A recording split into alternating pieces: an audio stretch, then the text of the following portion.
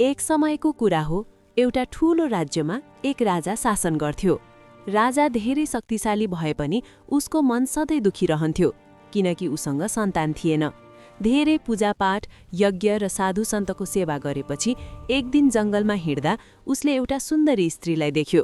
ती स्त्री उज्यालो अनुहार र मिठो स्वर भएकी थिइन्। राजा मोहित भयो र आफ्नो दुःख सुनायो। ती स्त्रीले भनिन्, यदि तिमीले मलाई रानी बनायौ भने तिमीलाई छोरा अवश्य मिल्नेछ। राजा खुसीले भरियो र उसलाई दरबार लगेर विवाह गर्यो। केही समयपछि राजा अत्यन्तै आनन्दित भयो, किनकि उसलाई छोरा हुने सङ्केत देखिन थाल्यो।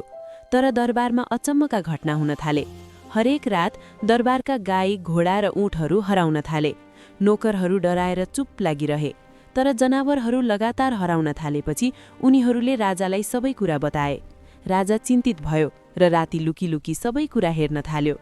एक रात उसले आफ्नै रानीलाई भयानक राक्षसीको रूप लिँदै अस्तबलमा जनावर खान लागेको देख्यो।